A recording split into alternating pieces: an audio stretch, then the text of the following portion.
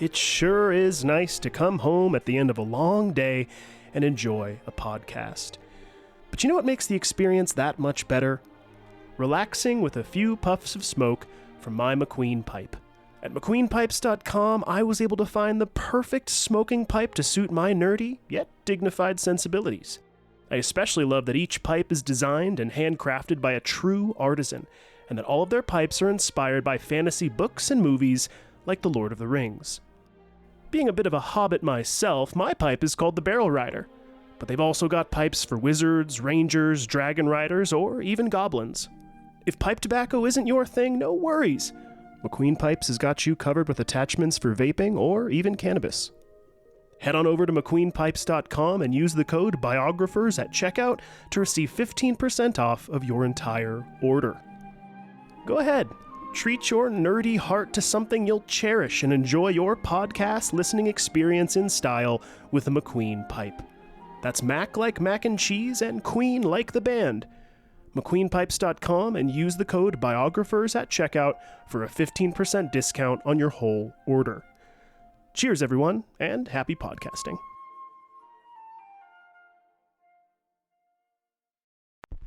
I do hope you can see me today from where you are. Ich bin ein Feeling. If I'm generally anything, I guess I'm generally miserable. This modern world of science and invention is of particular interest to women. The people, I would say, there is no patent. This is... Would you patent the sun? I regard myself as a soldier, though a soldier of peace. Welcome to the Biographers. Away from the second ever Trader Joe's in my hometown, okay? Really? Oh, so I'm a loyalist to Trader Joe's, and it's like you go there. I love me some Trader Joe's, dude. You go there and you're like, okay, not only is everything half the price. It's top-rate service. These people are everywhere. Honestly too personal. They're everywhere. It's like there's 30 checkout lanes open. There's a bagger on every single one of them. They're super fast. They're like dedicated. It's like amazing how great it is. Go and get your bag checked out, and like someone's inviting you over for Christmas dinner, and you're just like, listen, I just want to get my microwave naan and be on my way, and my like weird, completely odd fruits that they sell. Totally. Like, shout out to TJ's, man. If y'all want to sponsor us, hit us up. Yeah. Screw King Soopers. TJ's, we've got your back. If you want us, we're here for you. Hell yeah. Dude, TJ's for life, man. True. Yeah. And also, to be fair, if anybody is living in Colorado, you'll know that King Soopers is the last resort for where you get your groceries. It is so expensive. It is really expensive. It is. I completely agree. But Trader Joe's has the upscale vibe with the downscale prices. Listen, we're already running an ad for him. I got to stop talking, otherwise we're going to start making money. No, it's like when John Oliver, he used to do this thing where he would talk about how much he loved DeWalt products, right? Mm-hmm. And he'd be like, don't buy this Craftsman ladder that'll collapse underneath you as you're trying to change out a light bulb. Buy a DeWalt. Sturdy, reliable. And I'm not getting paid to say this, I'm just a fan. That was like his thing. That's how I feel about Trader Joe's, man. It's like, I'm not getting paid to say this, I'm just a fan. Same, man.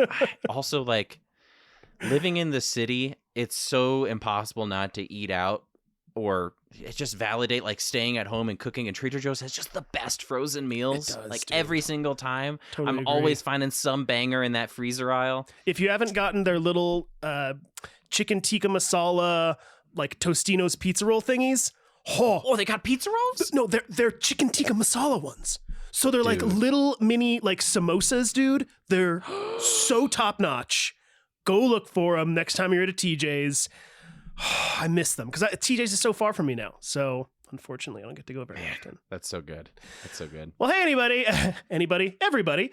Welcome to the Biographers. I'm Daniel Newman with Akiva Miola, obviously. Hello. We're about to get going on to Nikola Tesla numero, quattro? 4. Yeah, 4. Yeah, I think we're on number 4. I'm trying to keep you sharp on your Spanish because you asked me. Yeah. Said last by the episode. way, I should have mentioned this right off the bat.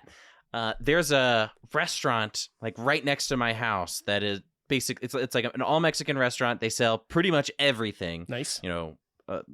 Desserts, burgers, whatever. I went there by myself, And I ordered the entire thing. I even asked the lady at the front what she preferred. She gave me a recommendation. I didn't stumble once, dude. It's already coming back to me. There you go. I'm going to be See? Antonio Banderas by like the next episode. You just gotta I'm not even going to be practice it. able to speak English on episode 5. You guys are going to have to find a translator. As somebody who doesn't speak Spanish, that's going to be rough for me. You're going to be like, dude, I bet that was crazy. Oh, yeah. I bet whatever you said was awesome. Ay, Dios mío. That was the most like Costco tortilla chip ideas I've Oh, ever God. heard. ¿Qué voy a hacer contigo? Those are like the 2 phrases I know, so you're welcome. That's great. All right, well, let's get into our episode Yeah, here. let's do Again, it. before we do, really quickly, like always, anybody is enjoying the show out there, if you want to support us, you can do so on our Patreon page. That's patreon.com/thebiographers. Show a little love and tenderness and support and care for us. You are doing all this schlogging work for you. But that's all I'll say there if you're able to help us out with that. Take it away, Akiva. Yes, let's do it. So, in the last episode, we split our narrative in 2 directions, following both George Westinghouse and Nikola Tesla. Tesla would take a trip to the Paris World Expo to meet with the great minds of science, all the while standing under the enormous shadow of his old employer, Thomas Edison. While touring the fairgrounds, Nikola would see firsthand how uneducated his investors were, when the crowd would pour tens of thousands of dollars towards John Keely's motor, which was a total fake. After the death of his best friend, Anthony, Tesla would double down on his ideas for wireless power, designing the very first models of his Tesla coil, accompanied by his first fluorescent bulb. The crowd at Columbia University would be astonished to see his coils in action as Tesla stepped into the electricity, holding his fluorescent bulb like a glowing sword in one hand, while blue tendrils shot out of the other, like the world's first Sith Lord. Mm-hmm. The scientific community, while enamored, thought more with their wallets than their minds. German engineers would copy Tesla's work to make their own 100-mile-long AC system, which was impressive, and while great minds such as Charles Steinmetz would write him out of history, making his textbooks devoid of Tesla's credit. Back in Pittsburgh, Westinghouse was fighting a war on 2 fronts between Elihu and Edison, so instead of going for them in the press, he would underbid them to make the first hydroelectric plant in Telluride, Colorado, capable of providing 13 times more power than Edison's plant for 1% of the copper cost. It was a smashing success, and it prompted Edison and thousands of backers to dissolve both Edison and Elihu Thomson's company, leading to the slow retirement of Edison from the lighting business. Whoop. The fight wasn't over yet, however, since from their ashes, General Electric would emerge, destined to rival Westinghouse forever. Tesla would embark on a trip to be accepted as a member of the Royal Society in London, where he would suffer from an insomniatic episode that left him dazed and confused.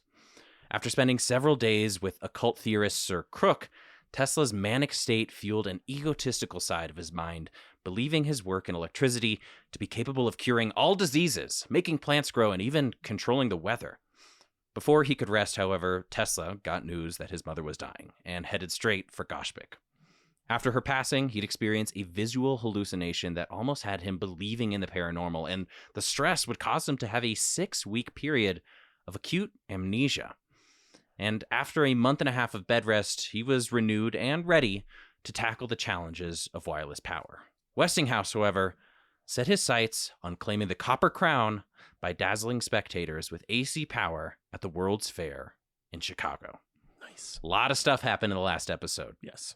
Tesla coils, sort of the first crack in Nikola's ego. He's starting to acquire those sensibilities that we associate with a mad scientist. I was just about to say, I think he's like turning into that stereotype of the mad scientist. You know, That's funny. I for the last season that I wrote for Mary Shelley, I watched the original Frankenstein movie, and I'm 100% convinced that the tabloids surrounding Tesla were a direct influence on how we view Frankenstein now. Because if you remember, we talked about it and we were like, Victor Frankenstein certainly did some of the things that we think about in the movies, but like, the shooting the lightning bolt into the lab, the big switches and levers, that was all Nikola Tesla, dude. Yeah. In fact, later on in his life, Nikola would actually sell his Tesla coils to Hollywood for situations like that when they wanted lightning on demand. Oh, wow. That's pretty cool. Yeah. Now, right now, Nikola would split his time between his cutting-edge research, all the while preparing for the World's Fair with Westinghouse, who had given him a demonstration area under the company banner. In his lab, he would continue to study the different types of wavelengths he was producing, slowly but steadily approaching to his eventual discovery of the radio. He refined his oscillators and attached them to the city's water mains, recording the electrical vibrations at different positions around New York, which would lead him on a path of study surrounding ground conductivity.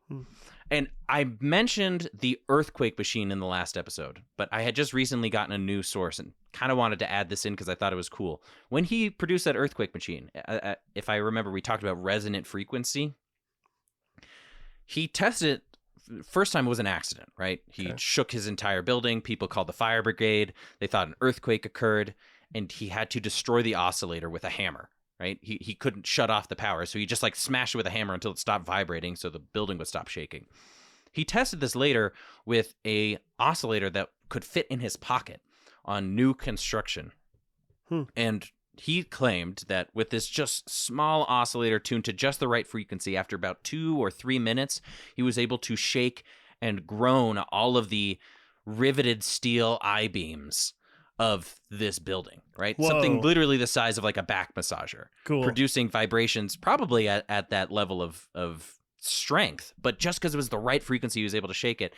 And later, it led him to theorize that with a oscillator only a little bit bigger than that, he was capable of cracking the surface of the Earth, which is far-fetched because, we know now that the Earth is generally made of like a lot of composite materials, so like the vibrations wouldn't work, but it is one of those like zany post amnesiatic sort of episode things that he said where he was like, I think that I could split the Earth in half because if I can vibrate everything else, I could probably vibrate the Earth to cause an earthquake, which is why it's called the earthquake machine specifically. I feel like it's also one of those where maybe he did come to this conclusion, maybe not, but it's like, I feel like he could have gotten to the point where that would have been a weapon of war, right? Where he could just say, oh, I'm going to turn on this little frequency thing and anybody in a tank, it is just going to rattle the hell out of this thing and it's just going to like fall apart, or they're going to be driven so insane that they're all going to flee from the tank or level a building or like any number of things, Yeah, totally.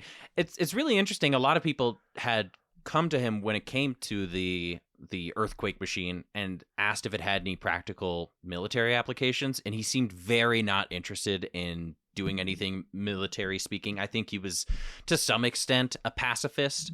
He had like some strong opinions about like the Turkish because of like him being raised in Croatia, Serb country, but for the most part he was pretty against war and wasn't really interested in making weapons. There is one case later that we might talk about in the next episode or the episode after that about a mysterious weapon that might have been confiscated by the government, but we'll get to that later. So, but for now, what you're saying though is that he was like the little old grandma from My Big Fat Greek Wedding, who's like, bloodthirsty Turks. Yes, literally. A little bit. That was definitely his dad, for sure. They talk about that in the biography. He's a little bit more chill, but generally, like I said, we talked about this in the first episode. Serbs and Croats at this time kind of saw themselves as like the watchers of the rim for Europe, like protecting against, quote, and big quote, the Asian hordes. Gotcha. That was a identity badge that a lot of people in like that area, the Balkans or whatnot, kind of carried with them. Sure. But anyway, like I was saying, those oscillators he attached to the city's water mains kind of gave him the idea of studying ground conductivity. Tesla believed that if the frequency was just right, he'd be able to send power through the Earth without a wire. Now, outside of the shop, Tesla would spend his time trying to fight back the damage Steinmetz had done by erasing his credits from his textbooks.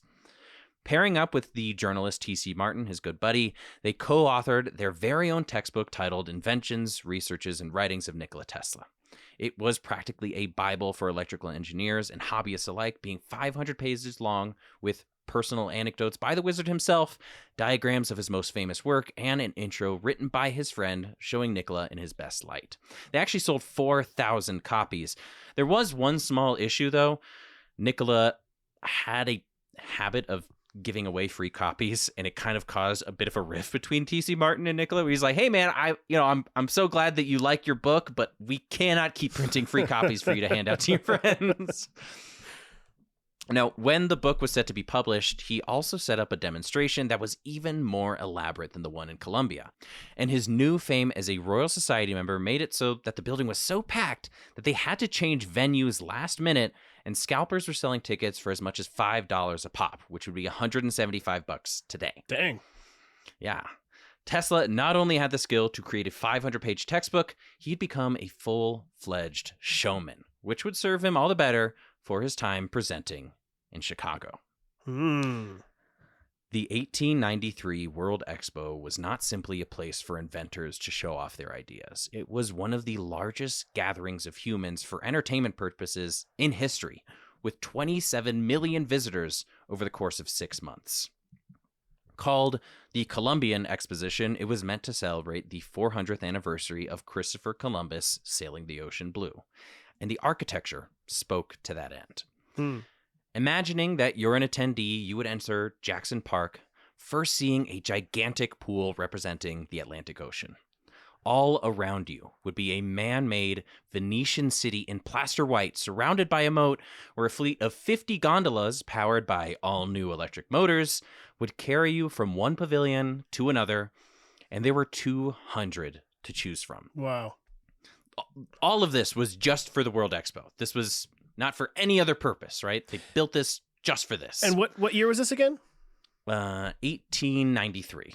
Okay, this is pretty wild for any big true crime fans out there. That was the World's Fair. Are you going to get to it? Are you going to say it already? Or should No, but go for it. Okay, so it is the famous World's Fair where the serial killer H.H. Holmes supposedly operated out of. Yes. It's a very sensational, crazy story where supposedly he had a murder hotel built where he could like slowly kill people in various creepy ways and watch them through holes in the wall and all kinds of stuff.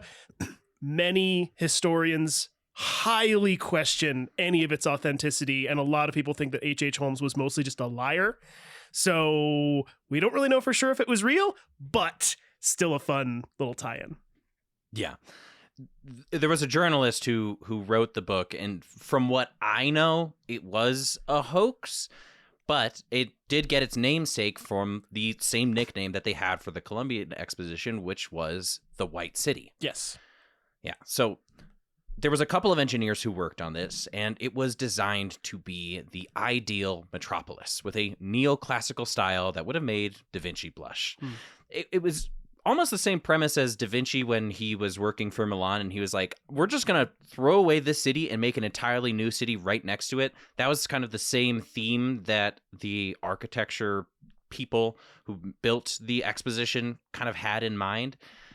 I really think is one of those that, man, I really wish I could have been there. Oh, I know. All those old World's Fairs, I really wish I could have gone to, man. I know. I'm trying to go to the one we're doing like a family trip to Japan with Chilena's family next year, and there's going to have a World Expo in Osaka, and we're trying desperately to get tickets. So I wouldn't mind going, but you just know it's just not going to be it's not the same, because they're just going to show us more AI stuff. Like inventions show up on the internet constantly. I know. Whereas like being the guy who you're able to meet the guy who invented the hot dog. You know what I'm saying? Exactly. The waffle cone. It's just like insane stuff. Like that's the waffle cone right there. Yeah. I'm totally with you. And I just know all of it would taste 1,000 times better too. It would just be like everything would be cleaner and tastier and like, oh man, I want to go. I know. I would do time travel just to go to one of those world fairs. Same. I'd be like, I promise I'm not going to alter the course of history. I just want to go see someone make the Ferris wheel. Totally. the manufacturer's pavilion was by far the largest building in the world, being 30.5 acres inside, seating 75,000 people. Whoa! Yeah. And while Paris had recently wowed the world with the Eiffel Tower a year ago, Chicago would do them one better by presenting the world's first Ferris wheel. It was over 200 feet high, spinning on the largest one-piece axle ever forged, with a seating capacity of 2,000. Oh my gosh. I know. 2,000 people. I would not want to go on that thing. I'm going to be real. No, I would skip that one, but hey. Yeah. As you departed from your gondola trip to see the electricity pavilion, you'd be greeted by a white plastered building 2 football fields deep. Entering in, a massive statue of Benjamin Franklin flying his kite would greet you, and the banners of the most important manufacturers in the world would sway in the breeze above your head. The 3 biggest booths were held by Westinghouse, General Electric, and AEG, the German company that had built Tesla's copycat system in Frankfurt a year ago. Now, Westinghouse knew that his competitors were going to bring in their stolen Tesla AC designs, but he had no time or money to fight them legally before the expo began. So he was like, I guess these copycat motors are just going to show up right next to me during this expo. So instead, he designed a 45-foot tall monument proclaiming Tesla and Westinghouse are the only true originators of the polyphase system. If you remember from the last episode, Westinghouse won the bid to light the World Expo, and in order to do that, he generated 3 times more power for the expo than all of the city of Chicago combined. So crazy. I know. So, just the grandiose. Remember when billionaires used to, build cool stuff? I mean, for the most part, yes. Remember when someone was like, I want to show off my wealth by making the greatest train station in the world? And it was, I think my favorite example of that was, though he was no saint or anything like that, John D. Rockefeller, when he was doing all his craziness in New York, right? North of New York, there's, I can't remember which park it is, but it's this big, long stretch of park, I believe, along the Hudson.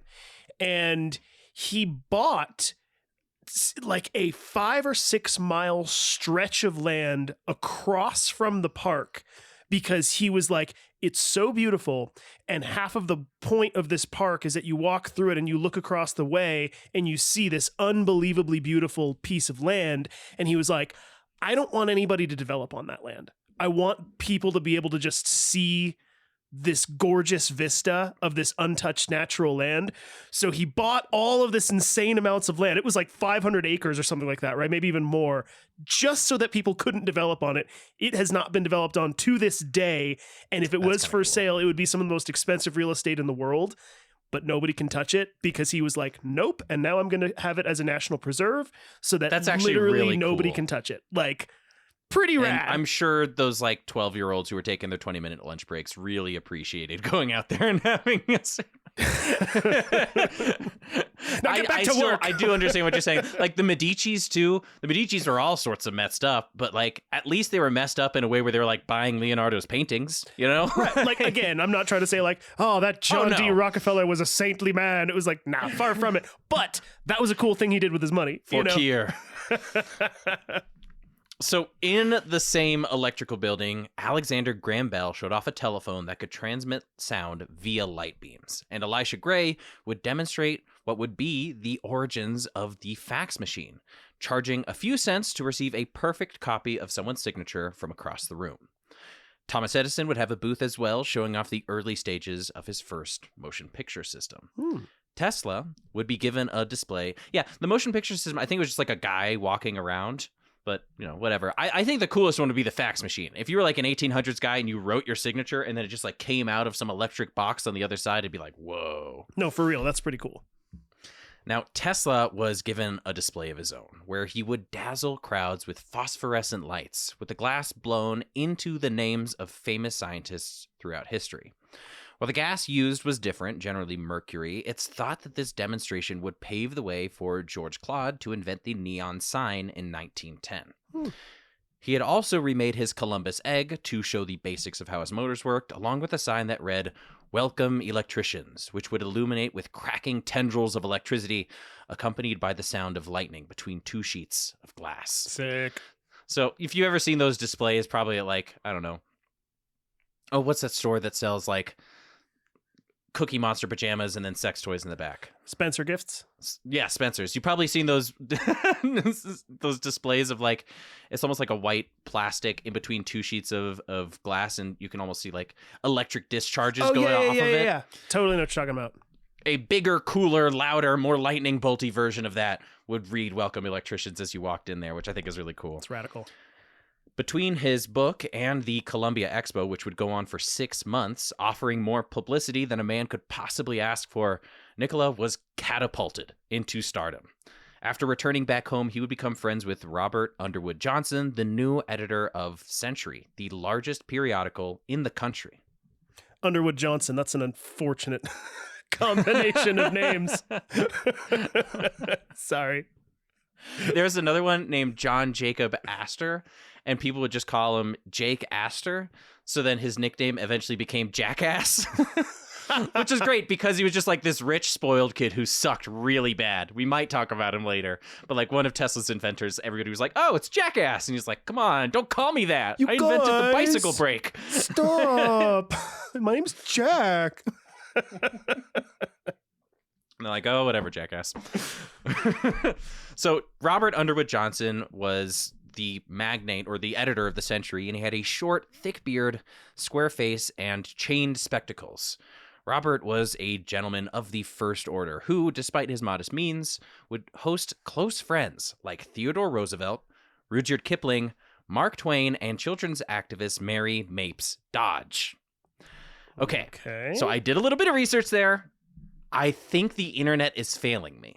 Okay. But based on the time periods, this person had to have been maybe been related to Mary Dodge Lewin. Mabel Dodge Lewin? Because, yeah, that's what I meant. Mabel Dodge Lewin. Because the time period was just right. They were in sort of the same areas. And, obviously Mabel Dodge would have been only 15 at the time, so she wouldn't have been in any of these social circles just yet. So more likely than not, and this is where you would want to look into. So her second husband was a man named Edwin Dodge. Okay? Oh, that's what it is. You're right. So it was Edwin Dodge because she was initially, I can't even remember what her first, she's had many last names over her lifetime, but that was her second husband. So Mabel Dodge was married to Edwin Dodge. That's where it came from. And I know he was wealthy. He was, man, I'd have to go back and look at my notes. Was he a writer? But that, no. He was like an industrialist. Like he was like a train man, or he'd invested in the Santa Fe railroads or something like that. Very likely that he knew Robert Johnson because Robert Johnson also, isn't Robert the nickname for Robert Dick? Yes. Dick Johnson. His Dick Underwood Johnson. I didn't even realize. Hey there, everybody. Dick Johnson here. Oh, that's so terrible. We got to call you by your middle name. What's that? Underwood? Oh, boy. Okay. Dickie Underwood? We're adults. No, that's not good either. How about we just shorten it all up and call you Dick Under Johnson? Damn it.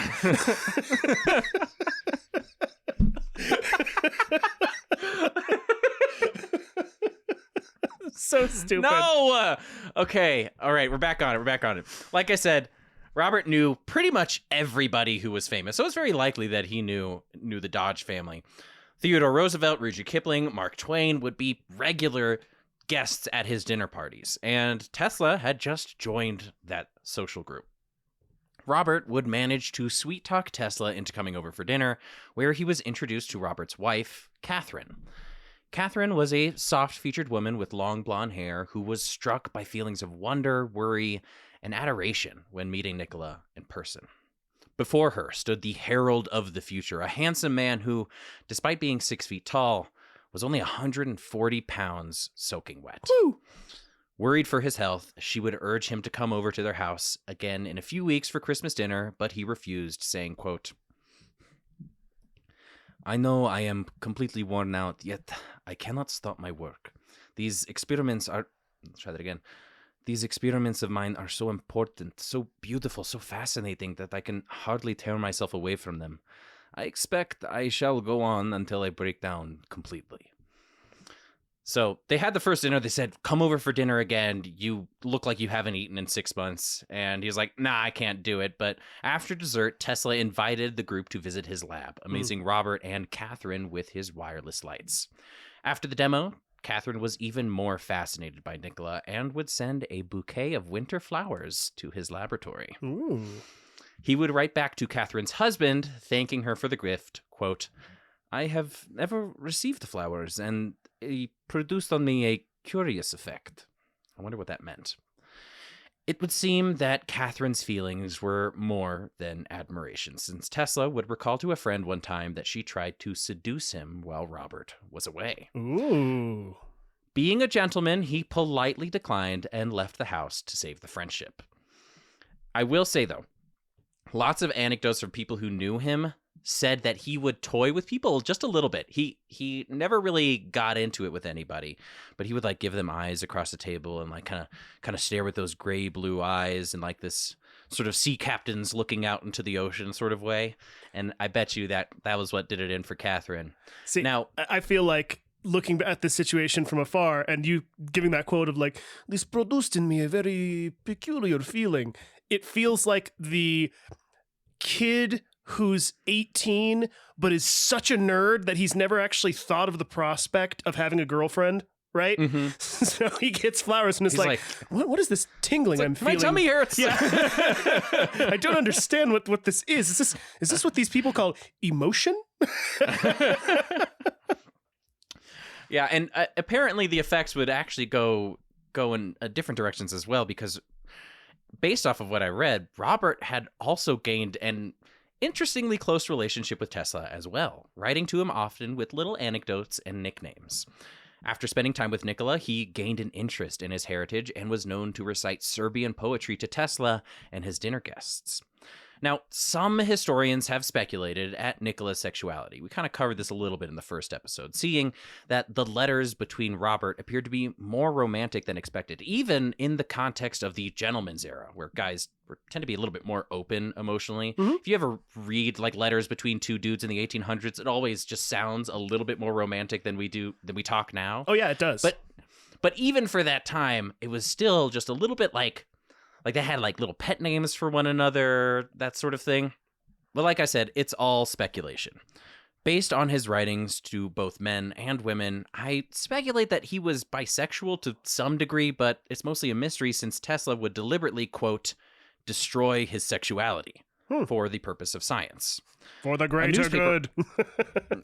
Kind of, yeah. So a newspaper article actually interviewed him on the matter, and he said, quote, I believe that a writer or musician should marry. They would gain inspiration and find their achievement. But an inventor has so intense a nature, and so much of it of wild, passionate quality, that in giving himself to a woman, he would give up everything, and so take everything from his chosen field. It is a pity, too. Sometimes we feel so lonely. I like this quote because it's not only him being like, I got to focus on my study, but he's like, girl, if I loved you the way I love Tesla coils, I'd never stop loving you. like he's like, we're so passionate that if I got a lady, I'd never pick up an electrical meter again. I feel like his version of a Valentine. Yeah, his version of a Valentine would be like, I love you more than copper wire. Like, oh God, this man loves me.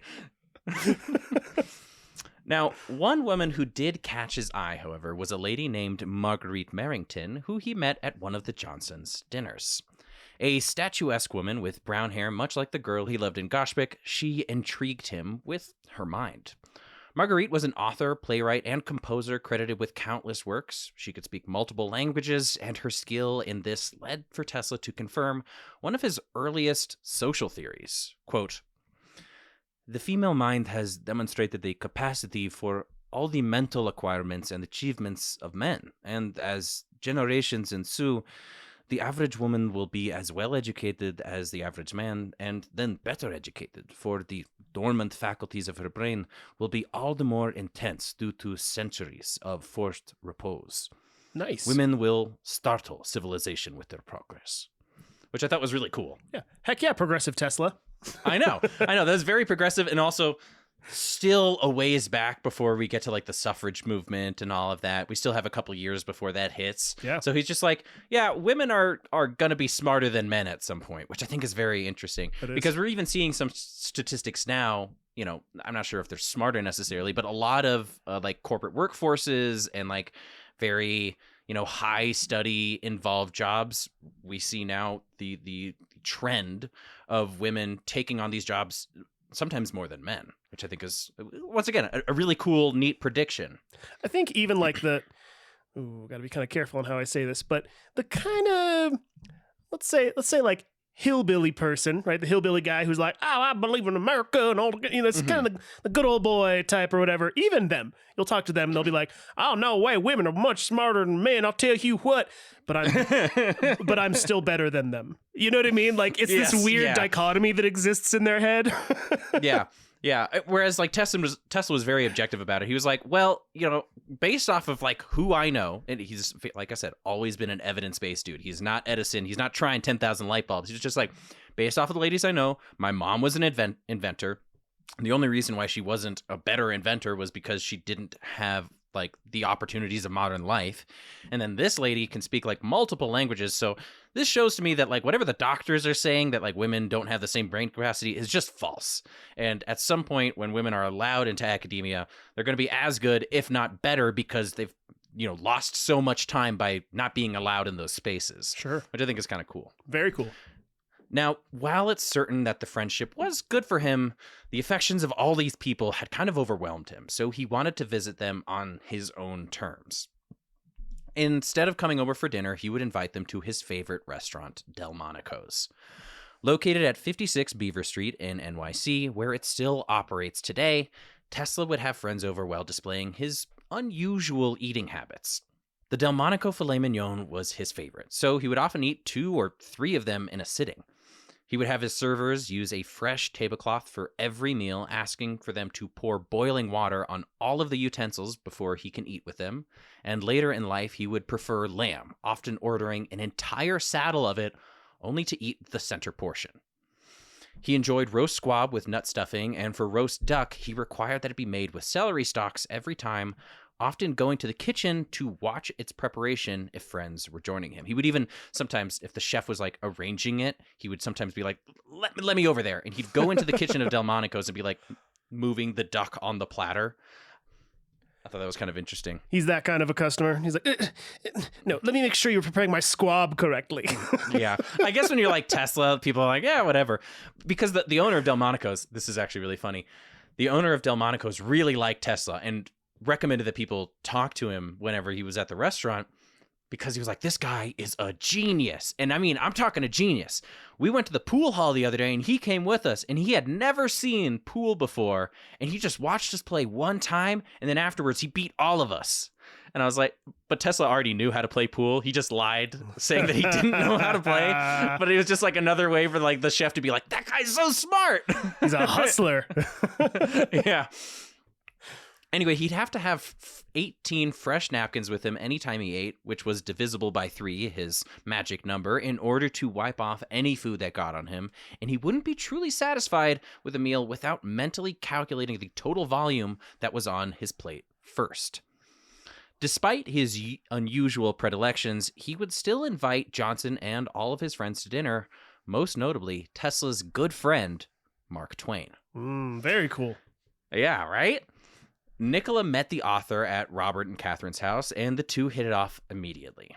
After telling Twain that his book, Huckleberry Finn, had kept him going during his cholera infection as a teenager, Twain was brought to tears and urged Nikola to take him to the lab so he could invest in some of his new work. Wow.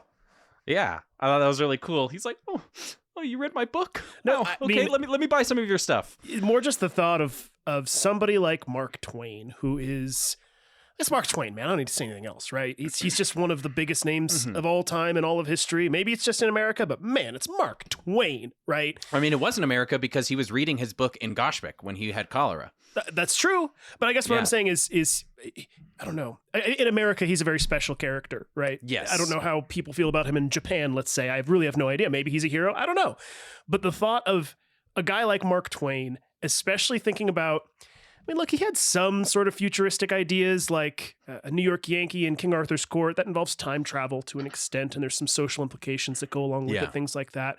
But he's really known for stuff like Tom Sawyer, Huckleberry Finn, this sort of like good old South. He was known for writing in a certain way that gave you a really strong flavor for how somebody actually spoke. You know, that was kind of his specialty. The thought of him being like, yo, Tesla, let me go to your lab, is such a romantic idea to me. I know. That's just it's almost like you're inviting a cowboy onto a spaceship. Yeah, like, exactly. That's the same vibe, you know? Completely. I mean, this is coming from a guy who one of my favorite quotes from him talks about how if you really want to have a party, it needs to involve a banjo. That man going, Tesla, let's hang out, is just like tickles my nerd brain in the best ways. It's like Victor Frankenstein like teaming up with, you know, John Wayne or something like that. Wyatt Earp or something. Yeah, it's like, exactly. What? Yeah, it's awesome. See, Mark Twain had learned that electrotherapy could help cure depression, which it does, and insisted on buying a few coils to sell to old widows in Europe. Tesla agreed and offered him another machine that could be even more useful. The contraption consists of a platform supported on elastic cushions that are made to oscillate by means of compressed air. One day, I stepped on the platform, and the vibrations were transmitted to my body. Evidently, the isochronous rapid oscillation stimulated powerfully peristaltic movements which propel foodstuffs through the alimentary channels. Blinking in confusion at all the technical words, Twain responded, "You mean it'll make me regular?" Precisely, without the use of elixirs whatsoever. Mark Twain immediately jumped on the vibrating platform, and Tesla glared at his assistants to stop them from giggling at the author. When he flipped the switch, Twain realized what they were laughing about. The vibrating platform settled his bowels instantly, causing him to sweat in anticipation, running to the bathroom with his cheeks clenched. Wow. All right. So, like, it's just like, I just imagine these two hanging out, and like Tesla's doing all this like fancy mumbo jumbo, and he's like, yeah, I noticed that when I stood on this, you know, my bowel movements were doing this, this, and this, and Twain was like, so you're saying it'll make me regular? And he just steps on, the thing starts vibrating. He's like, I have to go. And I will call this machine the electric laxative. When he got out of the bathroom, he tapped on Nikola on the shoulder, saying, I think I'll start with the electrotherapy machines. Wouldn't want the widows to get too healthy all at one shot. Oh, come on. It seems like you just struck gold there, old Twainy boy. Like, come on. It's a poop machine. What more do you want? Wouldn't want the widows to get too healthy all at one shot, I think is just such a hilarious, like... Needless to say, Tesla's fame had reached its apex. High society men and women clamored over him. Dinners were always first class, and the promise of his new inventions were anticipated by readers across the globe. While it was certainly better than digging ditches in his late 20s, it had come with his own shortcomings.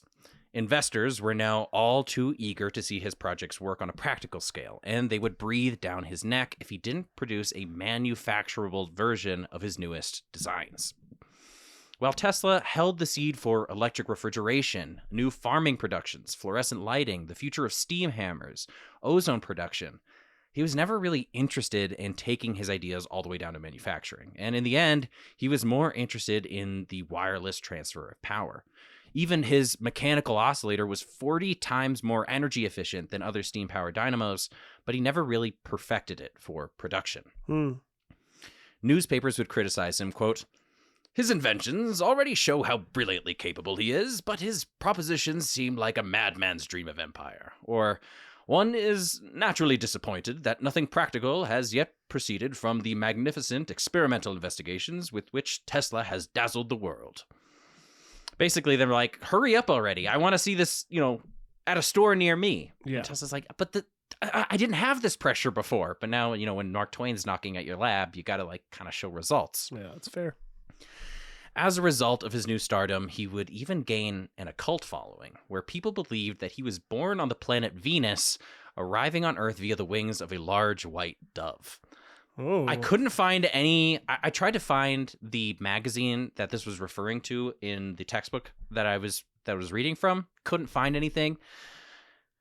I'm guessing it was like some like occult magazine or newspaper that was available at the time where they're like, Tesla's so crazy, he was born on Venus. Like, I don't know. It might have even just been like a tabloid, you know what I mean? Just sort of saying like something fantastical that is not necessarily based in any actual belief.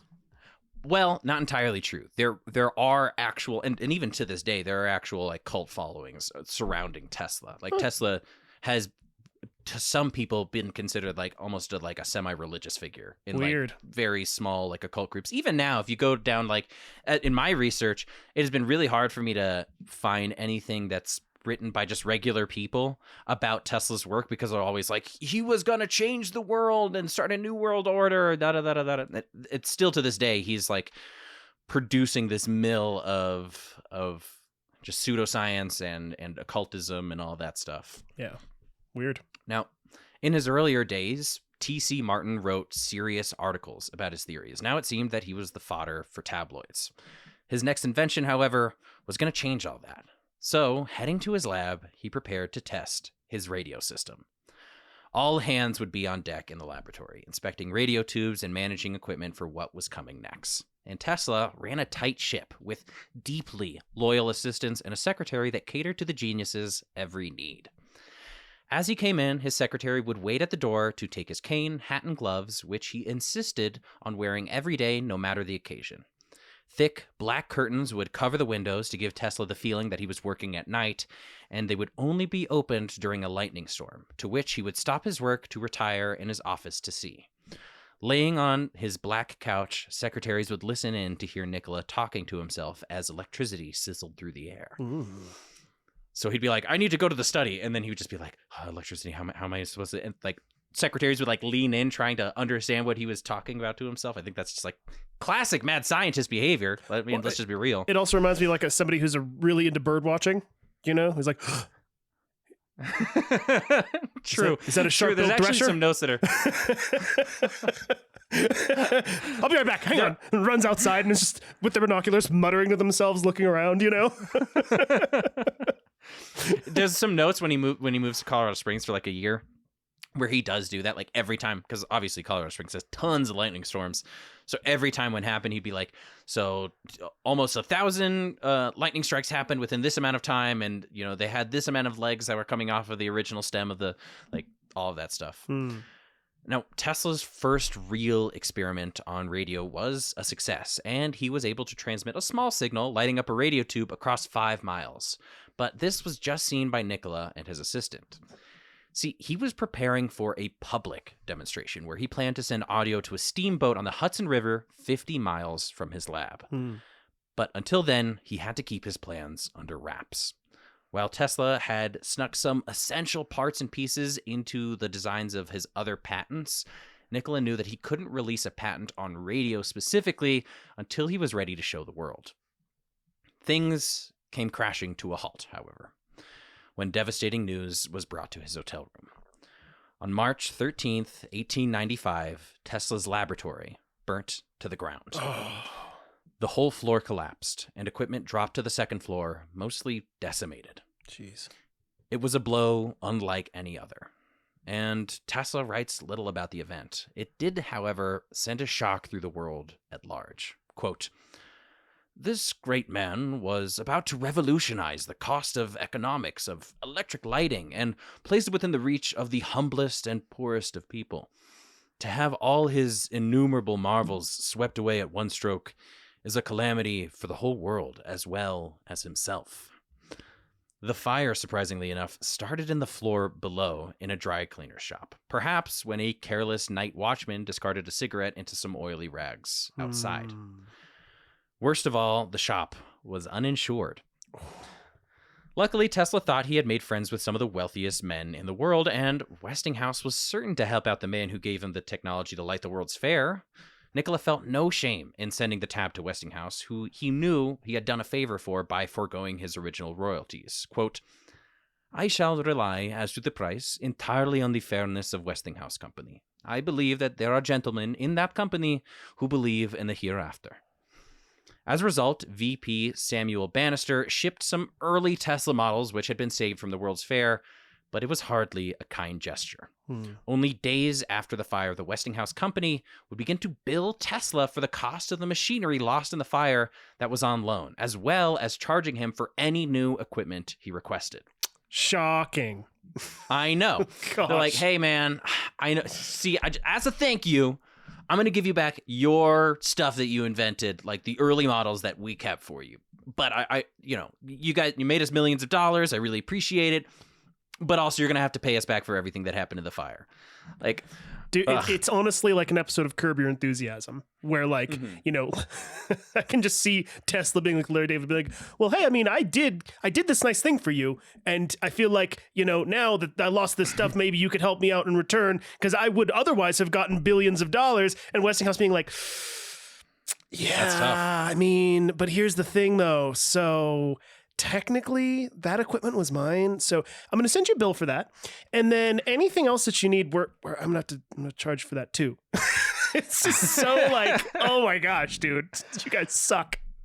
Yeah, I know. Like, before, Tesla might have been bitter at their agreement, but what could he say? He was the one to offer up the price cut. I mean, that is true, right? He was always bitter that he never quite got the money that he felt like he deserved. But at the end of the day, he was the one to, offer up the price cut in order for the motors to be made, right? Yeah, Westinghouse was like, man, we're just not going to do the motors. And Tesla was like, okay, fine. But like, what if I got rid of the royalties? And Westinghouse was like, cool, sure. And I guess he just never considered that as a favor, despite the fact that we've talked about it before. Tesla would be a billionaire, maybe even a trillionaire at this point, based on the royalty fees that he would have incurred. I mean, there's 6 of these motors in my house right now that Tesla did not get paid for. It's literally nuts. Like the meme of the Big Lebowski that's like, you're not wrong, you're just an asshole. True, you know man. what I mean? Like, yeah. So Westinghouse had shown their true colors, and while he would remain friendly with George himself, Tesla knew what kind of man he was now.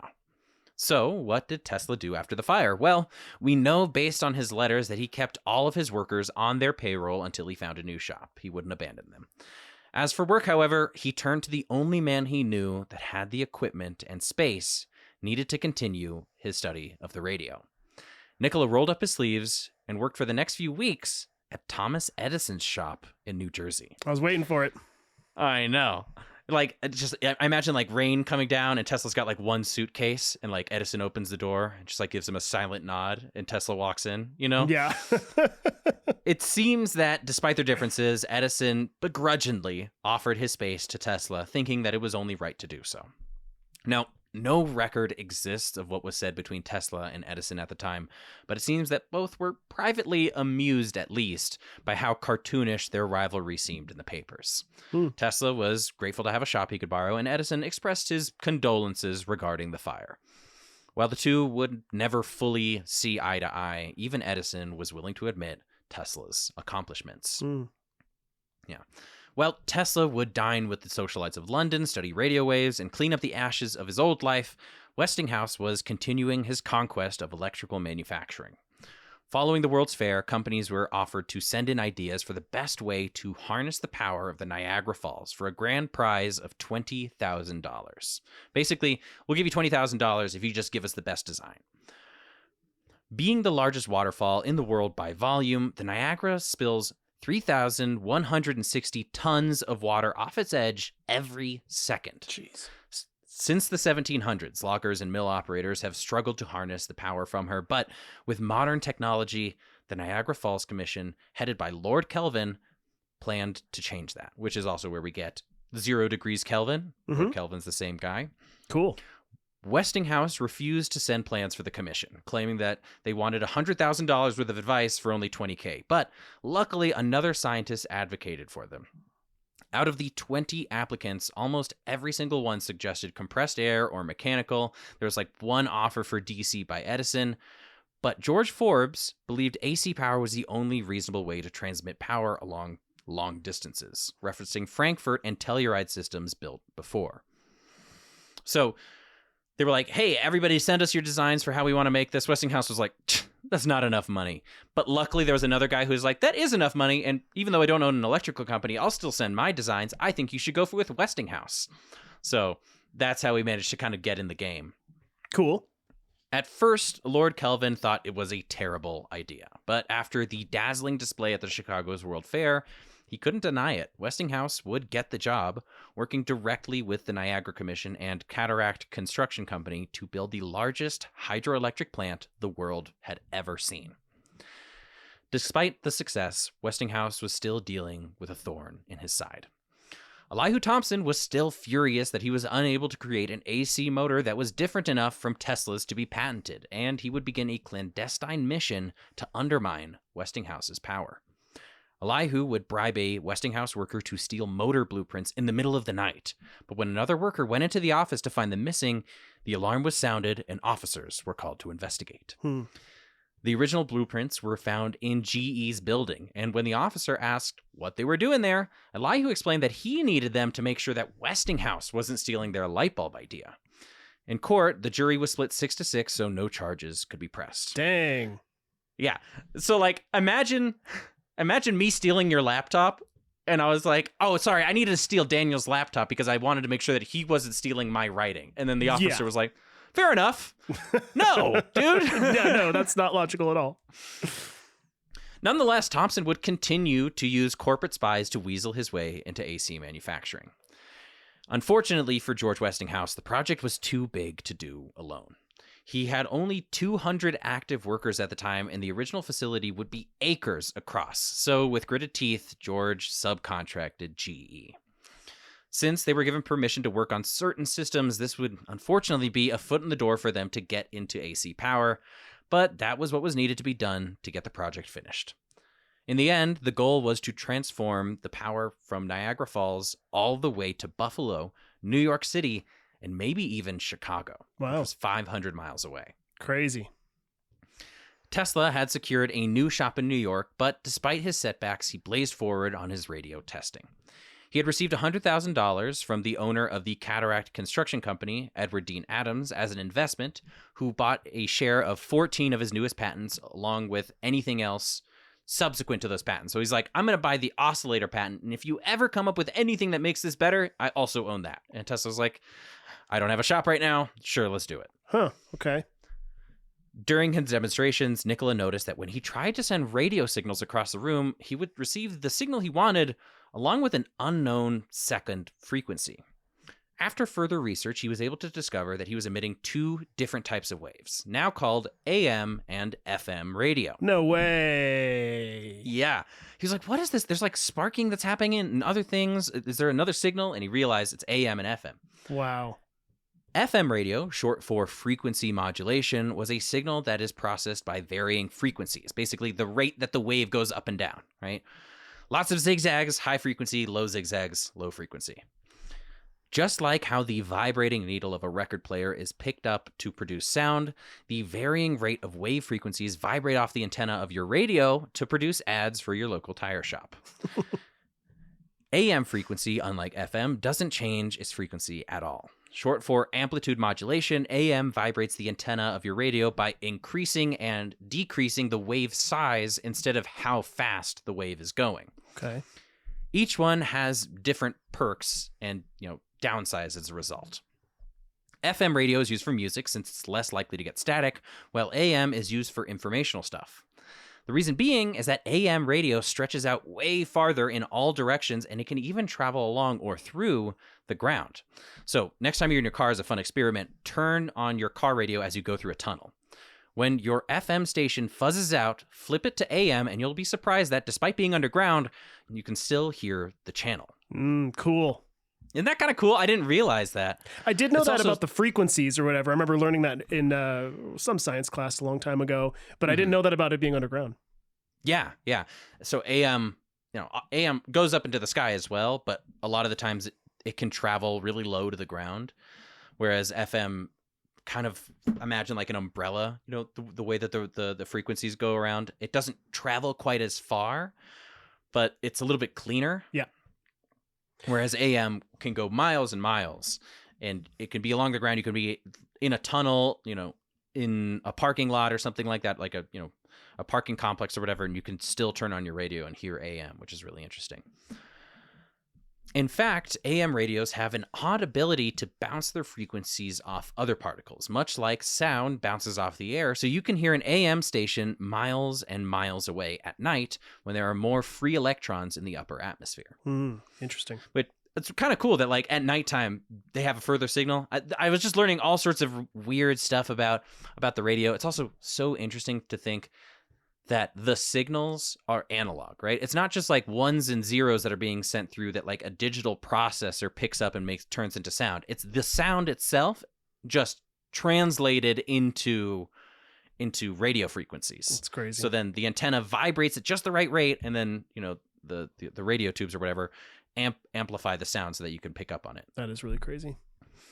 When Nikola realized he could transmit radio to do more than simply light up a receiver, he knew he had to keep his invention secret and safe, so he never gave any details to his friends, assistants, or the press. It was around this time that he started visiting a new possible location farther from the prying eyes of New York, making his first secret visit to Colorado Springs, where he would eventually set up shop a few years later.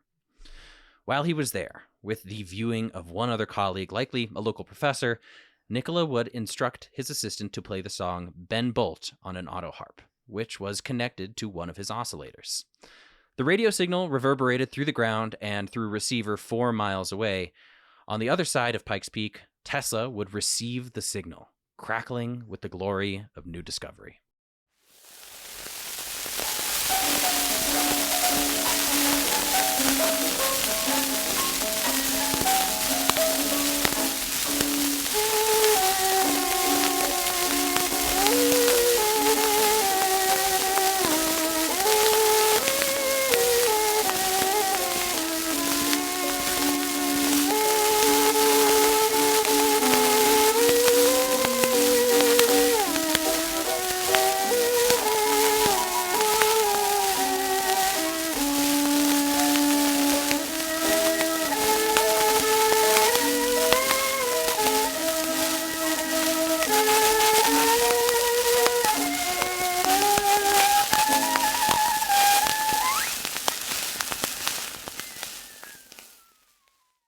It's such a kind of folky sounding song.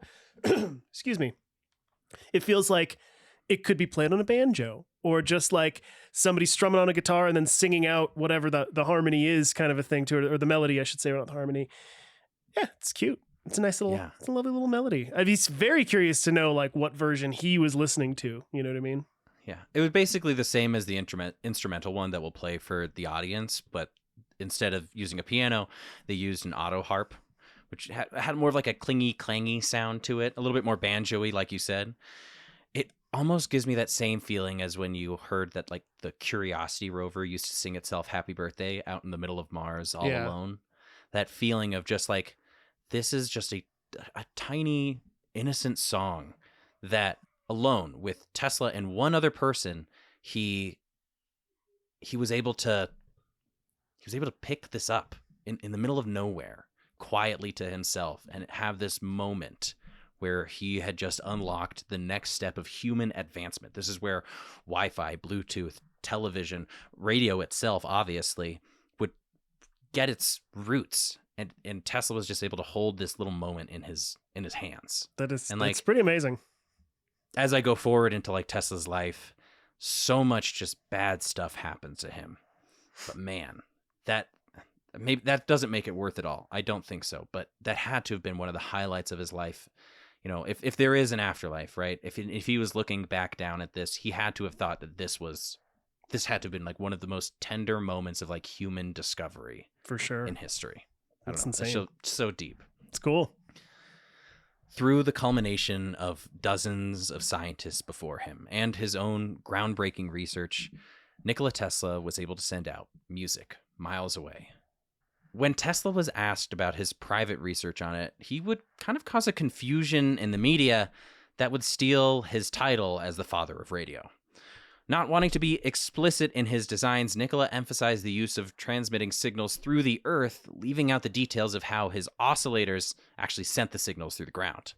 The media, confused, ran the story anyway. Instead of revealing to the world that Tesla had invented the radio, the article saw this as a demonstration as Nikola revealing that there was a secret, untapped electrical reserve deep underground that would make electricity, quote, as free as air, putting an end to extortionate monopolies that milk the purses of the world with electrical fingers.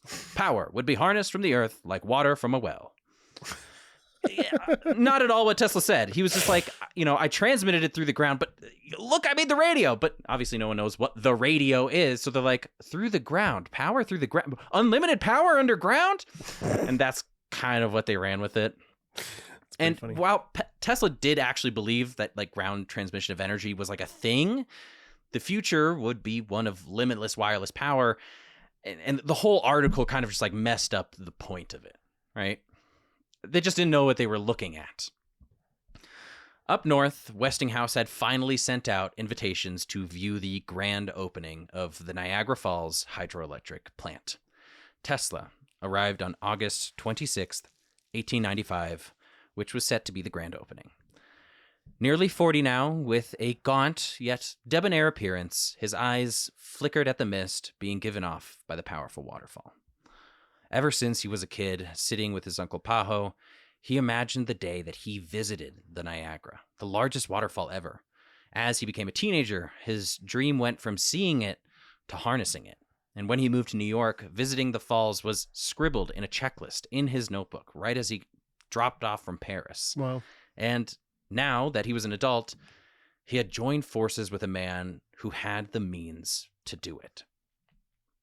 Nikola had finally arrived at the destination of his dreams 20 years earlier. But after all the fuss with Westinghouse, it all left a slightly bitter taste in his mouth when he thought how he wasn't really getting paid for this massive leap. The plant itself was astonishing. Next to the rapids, the Edward Dean Adams power plant was amazing. Spanning across a half-dozen giant stone and steel buildings, the main room featured 10 Tesla-style polyphase generators, which combined would produce a total of 50,000 horsepower, or 35 million watts of energy. The generators pumped out 2,000-volt power to service the city of Niagara, but the rest would be sent to a room where car-sized transformers would amp up the power to as much as 20,000 volts to reach the city of Buffalo, and then all the way to New York, lighting up parts of Broadway. Wow. Using a never-ending, renewable source, Tesla and Westinghouse created a plant capable of providing power to 1/4 of the continent of North America at the time. Jeez. During the grand opening announcements, Nikola was called to the stage to enchant the crowd. As he began his speech, however, the tone began to shift. The praise he had received for technology he'd made a decade ago seemed undeserved. And what was praise worth anyway? He had provided Westinghouse with millions of dollars of revenue for a $300K payout, which he had to split 3 ways with his lawyers, who hardly had his back when he was digging ditches. Just a few years ago, Westinghouse told him that they used his motor to produce an electric railway in Buffalo, which went against their agreement, and he still hadn't heard anything about whether he was going to get paid for that. They were still billing him for the fire damages as he stood on stage. But honestly, that wasn't it. The money was frustrating, sure, but he was also unsure whether there was even a point anymore, since he was so close to unlocking wireless power transmission, which would make all of these pointless in the first place. He faltered.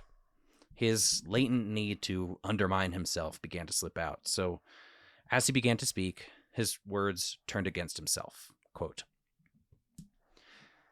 "Even now as I speak, the fugitive conceptions will vanish, and I shall experience certain well-known sensations of abandonment, chill, and silence. I can see already your disappointed countenances, and can read them the painful regret of your choice. These remarks, gentlemen, are not to garner sympathy, but an honest apology for your disappointment. I am hopeful that my formless and incomplete statements may be something of interest." After starting the greatest achievement of his life on the sourest of moods, Nikola knew that he couldn't give his life's biggest moment away to all of the bad that had happened. He had been used, neglected, and overworked, but despite that, he chose to see the incredible work he had done. There was a million scenarios where he didn't make it, whether it be to overwork, lack of opportunity, sickness, or even just plain death, which he narrowly escaped countless times before. He didn't work this hard to wallow in what ifs. So, with a gaze out to the crowd wearing their finest, he said, quote, "We have many moments of past ages. We have the palaces and pyramids, the temples of the Greek and the cathedrals of Christendom. In them is exemplified the power of men, the greatness of nations, the love of art and religious devotion. But the monument at Niagara has something of its own, more in accord with our present thoughts and tendencies. It is a moment worthy of our scientific age, of enlightenment and of peace. It signifies the subjugation of natural forces to the service of man, and the discontinuance of barbarous methods, the relieving of millions from want and suffering. Buffalonians, let me congratulate you on the wonderful expanse of possibilities open to you." As he wound down, a tap on the shoulder meant that it was time to get off stage and see the new facility. And that's where we'll pick up in the next episode of Nikola Tesla. Wait. When are we going to learn about him controlling the weather? We'll get there. We'll get there. You teased at it in the last episode. Now I go through a whole episode waiting for him to control the weather, or at least theorize how to do it. And I'm like, wait. I know I did. Wait. Where's the weather? There was just too much that had happened over the course of the last 10 years. And there was going to be some other times where he got into it. He gets a little bit more into weather control later on in his life, but for the most part, that was kind of the result of him having, like I said, that amnesic episode where he kind of just had this weird ego explosion while he wasn't able to sleep for weeks on end. It's kind of what I said at the intro. Well, I can't say that I'm not a little mad at you because I was really waiting. I was this whole week. You're right. I've been going This wasn't a big deal. He only provided 36 million watts of energy across 500 miles to power both Niagara, Buffalo, New York, and Chicago. Hey, look, that's great. But being like, I can control the weather with electricity is so much neater. That's true. That's true. I got to admit, that's true. Being like, I can flip a switch and it's going to rain across Iowa is like, okay, that's just a sweet idea and I want to know about it now. That's fair. Now, I doubt we're going to talk about Niagara much more after this. Sure. But just some basics about it. His motors, the original motors that got put in 1895, those ran till 1967 before they got replaced. That's awesome. They were almost 100 years of use, or 75 years before those motors that had been constantly spinning under the force of the Niagara Falls would eventually get replaced with something more efficient, which I think is so cool. So is it still there? Or is that a hydroelectric plant still there? It is. The motors have been replaced. There's only one of the original buildings, and that building has been sort of somewhat turned into a museum. If you go to the Niagara Falls, you can see the original gigantic generators. If you look at photos of 1800s dudes walking past them, they're huge, the size of a house, each one. And the transformers are like I said, the size of a double wide elevator, right?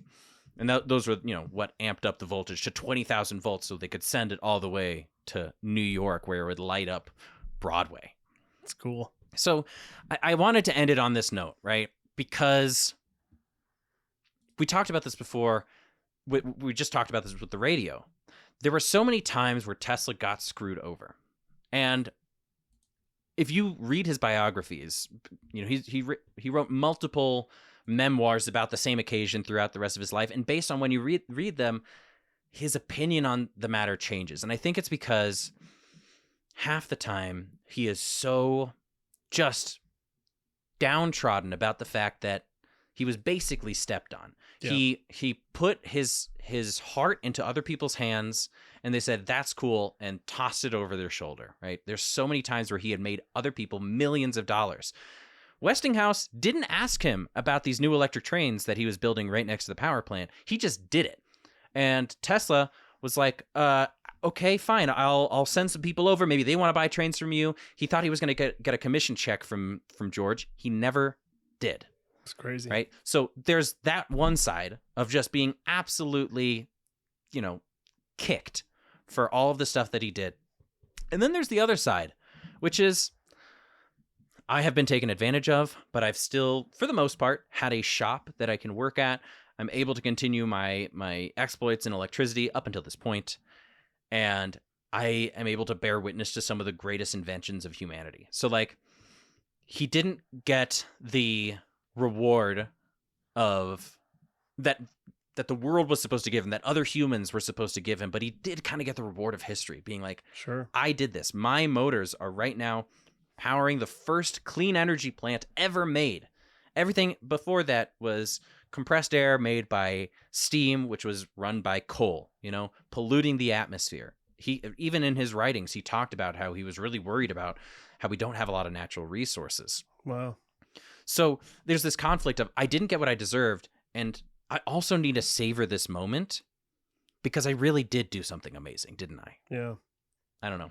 I get so passionate about it because, especially, I just have been doing the research for the final episode, or the final episodes, depending on how many I condense it to.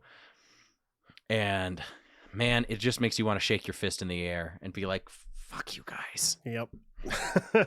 Well, great episode as always, man. Thank you. I'm really looking forward to seeing where this all goes. Yeah. I'm looking forward to learning about it. And yeah, I know you're going to find all the best bits. And I'm curious to know how long you decide to make this too. And I will also say, everybody, if you've stuck with us for this long, the next episode that Akiva does here, it is going to be officially episode 50 of the podcast. And that's not including office hours. That's just history content, actual history content, which is a huge milestone. I think I read somewhere that it's statistically highly unlikely that anybody who starts a podcast will make it to episode 50. I think it's something like 90% drop off before they get to that point. So yeah. I'm very proud. I'm very proud that we've gotten to this point. So just wanted to call that out real quickly. I'm excited about it, And we've talked about it before, but minimum, if you're talking MLA format, every single one of these episodes has at least 20 pages that we have written out based off of research of hundreds of pages. This episode alone, I read probably at least 120 pages of academic, like heavy, writing in order to make this. So if you want to support us, Patreon is the way to go. We always appreciate that because I love doing this stuff, and I would always, appreciate the support of the listeners. So absolutely. Yeah. Patreon.com/thebiographers. And as of now, it's $5 and $10 tier. That's all we got.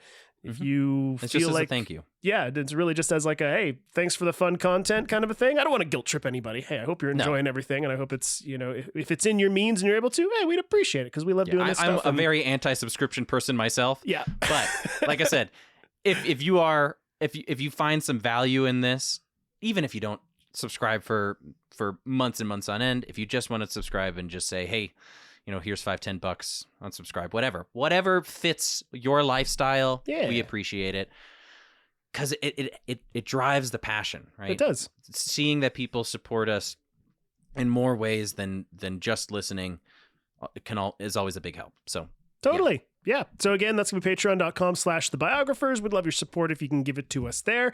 If you want to just follow us on social media, you can do that as well. You're going to find us on TikTok and YouTube and Instagram and all that kind of stuff. Usually just going to be at the biographers. Pretty straightforward as well there. I asked this last time, but if anybody is feeling groovy and you want to give us a nice little review on either Spotify or Apple Podcasts, we'd appreciate that too. It always just going to help. We now have a comment rankings. section in the biographers. If you're listening to it right now and you're able to reach for your phone, you leave a comment, say you liked it. Yeah. And, obviously if anybody gives a nice review for us and then actually writes out a review, that's even cooler because it just, strokes my ego. So lastly, I'll say here too, or not, I guess second to last thing is any questions, comments, corrections, like always, please shoot us an email at thebiographerspodcast@gmail.com. And then lastly, for all your metalworking needs, all your chef's knives needs, check out Akiva's website. Go and subscribe to his newsletter, all that good stuff. That's going to be Metalwork by Meola, MEOLA.com. And if you do decide to buy a knife, you can use the code biographers at checkout. Get a little 10% discount off your order there, and know that all that work is done by the man himself. The man, the myth, the legend. And then also, we always give you the little shout out for anybody in the Denver area. If you did want to learn some of these skills yourselves from, again, the master himself, you can go to Hardy and Fuller and you can take one of his classes. Yeah. Any deets on that? Yeah, we've got a dagger class coming up. And listeners, I don't believe we've done any promotion on it, but it is on the website now. My classes tend to fill up really quickly these days, which I'm always grateful for. But if you hop in now, as soon as you hear this episode, there's a chance that there might be a couple of slots open for that class. It's a bigger class. I understand if it's not for everybody's budget, but if you want to spend like a full weekend making a double-edged knife where we make a guard and a pommel and all this other fun stuff, check out Hardy and Fuller. Sweet. And there's one other class that we're going to do way later, probably closer to summer, where we're going to do a Forged and Fire competition. This is going to be for students who have taken multiple classes before, have already done a little bit of knife making or just blacksmithing in general, but you can enter in to win. We do like a classic Forged and Fire thing. We put a little challenge in front of you. You have to replicate a knife, that sort of thing. And Ash, the owner of the shop, is going to set up a nice little gift right at the end. So, there we go. So if anybody... If you want to feel like you're on TV, come over. Totally. If you want to feel like you were a part of that little show, Forged and Fire, if you've ever seen it before, you can come and do it yourself. Yeah. So I think that's going to do it, everybody. Again, thanks so much for listening. We'll see you next time. And remember, like always, ignorance is not stupidity. It is the absence of knowledge. And I do hope you all learned something today. Bye-bye.